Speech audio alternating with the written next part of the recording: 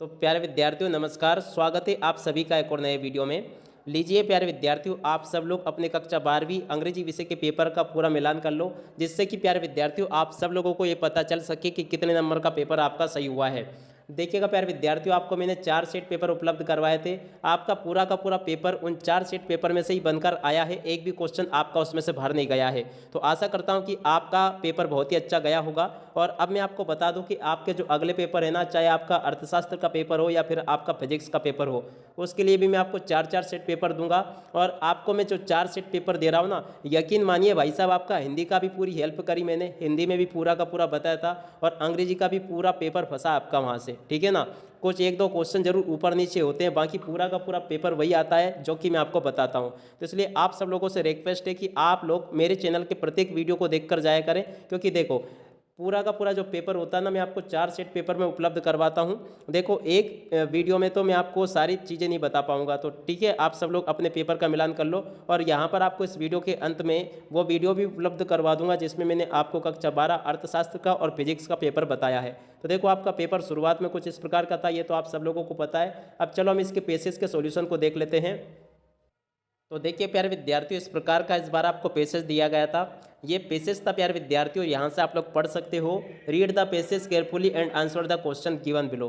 देखो प्यारे विद्यार्थियों, ये जो है ना, एक पहले पार्ट था, पहले एक कक्षा 12वीं की हिंदी इंग्लिश जनरल आती थी, उसमें एक पार्ट था आई एम जूस ब्रेन। तो उसमें से पूरा का पूरा पैसेज उठाकर आपको दे दिया गया, यानी कि आपका जो पिछला सिलेबस था ना कक्षा 12 का, उसके पार्ट में से पूरा का पूरा ये आपको पेसेज दे दिया गया। अब चलो मैं आपको इस पेसेज के आंसर बता देता हूँ सीधे सीधे।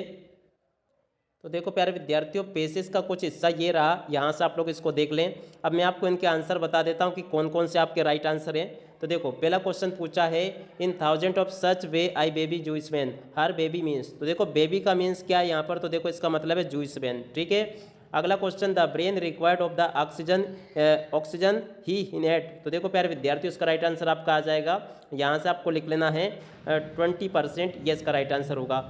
उसके बाद में give the verb from of the construction. तो देखो इसका आ जाएगा कंस्ट्रक्ट। अगर आप लोग ये लगा के आए होंगे ना तो बिल्कुल आपका सही है, यहाँ से आप लोग इसको देख लें। अगर तीसरे का आप लोग भी लगा के आए होंगे तो पूरा का पूरा आपका ये सही है, ठीक है। अब इसके बाद मैं आपको अगला बताता हूँ कि अगले क्वेश्चन का आंसर क्या होगा। अब देखो इसमें अगला क्वेश्चन पूछा गया, यहाँ पर हूँ is I in the passage. तो देखो इसका मतलब था जूइस ब्रेन, ठीक है ना। Weight of the brain is, तो देखो आपको ब्रेन का वजन बताना था, तो ये था 1.5 kg। यहाँ से आप लोगों को लिख लेना 1400 ग्राम के आसपास होता है वैसे, मगर यहाँ पर 150 ग्राम दे रहा, ये यहाँ पर 1500 ग्राम दे रखा, तो यही अपन को लिखना है। उसके बाद में juice brain is personality reaction mental capability. तो देखो यहाँ पर आपको ये कर देना था, अगर आप लोग ये करके आए होंगे तो आपका सही होगा, ठीक है। अब मैं आपको आगे की भी आंसर बता देता हूँ। तो देखो अगला जो क्वेश्चन था ना, the brain shift when something dangerous happens. तो देखो क्या शिफ्ट करता है ब्रेन, तो देखो गियर शिफ्ट करता है, ये इसका राइट आंसर है, ठीक है ना। अगला क्वेश्चन देखते हैं, year tongue and the finger collect the. तो देखो ये क्या कलेक्ट करती है, इंफॉर्मेशन कलेक्ट करती है। तो बी नंबर का अगर आप लोग लगा के आए होंगे ना तो बिल्कुल आपका सही है। उसके बाद में अगला क्वेश्चन यहाँ से देख लो क्या लिखा था, the inform the brain that carbon dioxide raise in juice brain. तो देखो यहाँ पे आपको क्या करना था, यहाँ पर आपको कर देना था सेंसर। सेंसर अगर आप लोग लगा के आए होंगे ना तो ये बिल्कुल सही था आपका। अगला, विच एमन the adjective form of the information. तो देखो इंफॉर्मेशन का यहाँ से आपको क्या बताना था, एडजेक्टिव बताना था। तो यहाँ से आप लोग देख लें, इंफॉर्मेटिव इसका एडजेक्टिव होता है ये वाला, ठीक है ना। यहाँ से आप लोग इसको देख लें। अब चलो मैं आपको अगले क्वेश्चन के आंसर बता देता हूँ। अब देखो इसके अलावा प्रश्न नंबर 2 पूछा गया था, जिसमें कि आपको नोट्स बनाने थे। क्या दिया गया था, read the passage carefully and answer the question given below. तो इस प्रकार का आपको एक पैसेज दिया गया था और फिर इसमें से क्या पूछा था देख सकते हो यहाँ पर, मेक नोट्स। तो देखो इसके लिए तो मैंने आपको बता दिया कि नोट मेकिंग किस प्रकार से बनानी थी, इसको तो आप लोगों ने बना ही लिया होगा अच्छे से। अब इसके अलावा प्रश्न नंबर 3 को भी देख लो। प्रश्न नंबर 3 में आया था, you are Sunil residing in 26 Gandhinagar Gandhi colony, write a letter to your friend Lalit Leena telling him her to how spend your summer vacation. तो देखो ये भी मैंने आपको बताया था। और इसके अलावा देखो write a letter to the post master head office complain against the postman of your area. तो देखो पोस्टमैन की कंप्लेन करने के लिए लेटर आया था, ये भी मैंने आपको बताया था सुबह वाले वीडियो में। उसके अलावा देखो यहाँ से देख सकते हो, यहाँ पर आप लोग right a paragraph, in topic के ऊपर आपको पैराग्राफ लिखना था। वीडियो गेम्स का पैराग्राफ आ चुका है, ये भी आप लोगों ने अच्छे से कर दिया होगा। और उसके अलावा देखो अगला इसकी अतों में जो पूछा गया था। और उसके बाद में देखो प्रश्न नंबर 5 को देख लो। You are the head boy of the your school draft a notice for house captain to vice captain attend the meeting president of the. तो देखो ये नोटिस आया था और उसके नीचे आपसे एक पोस्टर पूछा गया था। देखो कौन सा पोस्टर आया था, बॉम्ब ब्लास्ट का पोस्टर आया था। तो आशा करता हूँ कि ये भी आप लोगों ने बना दिया होगा अच्छे से। अब चलो मैं आपको आगे का सॉल्यूशन भी मिलवा देता हूँ। अब देखिए आप सब लोग जल्दी से सेक्शन सी का मिलान कर लो, जिसमें कि आपको क्वेश्चन नंबर 6 दिया गया था। तो देखो इसमें आपका दा जाता, उसमें सेकंड में आई नो देट, यहाँ पर आपको देट आ जाता। मैं जानता हूँ कि वह बीमार है, तो इसलिए यहाँ पर आपका क्या आ जाता, देट आ जाता। उसके बाद में अगले का मिलान कर लो। क्या लिखा, we keep our bread in the fridge it does not go bad. तो देखो यहाँ पर आपको लिखना है आफ्टर सिंस। तो देखो इस जगह पर आपका सो देट आता, क्या लिखेंगे वी। इसका मीनिंग ये इस प्रकार से होता कि we keep our bread in fridge, यानी कि हमें अपने ब्रेड जो है ना फ्रिज में रखने चाहिए ताकि वो खराब ना हो जाए, ठीक है ना। तो इसलिए सो देट का मतलब क्या निकलता है यहाँ पर आपका ताकि। और उसके बाद में how milk do you by daily. तो देखो प्यारे विद्यार्थियों यहाँ पर आपका क्या आ जाता, हाउ मच, क्या आता, मच। इसके बाद में अगला देखते हैं, Indian youth is full hope for the future of the country. तो देखो यहाँ पर फुल और ऑन 8, तो यहाँ पर आपको 8 लिखना था। अगला देखते हैं, मोहन स्पीक 2 लैंग्वेज। तो देखो यहाँ पर आपको क्या करना था, मोहन, इस जगह पर आपका केन आ जाता, ठीक है ना। तो इस प्रकार से आप लोगों को इसको भर लेना था। अब चलो मैं आपको आगे का बताता हूँ। अब देखो इसके अलावा यहाँ से आप लोग इसको देख सकते हो, इस प्रकार से डुएट डायरेक्टेड आपसे पूछे गए थे। नेदर नोर का प्रयोग करना था इसमें, इसको रीअरेंज करके लिख कर आना था। और देखो सोदेट का प्रयोग मैंने आपको बताया था, ये आ चुका है, आप सब लोगों को पता है। ये सोदेट की जगह टू का प्रयोग बताया था मैंने।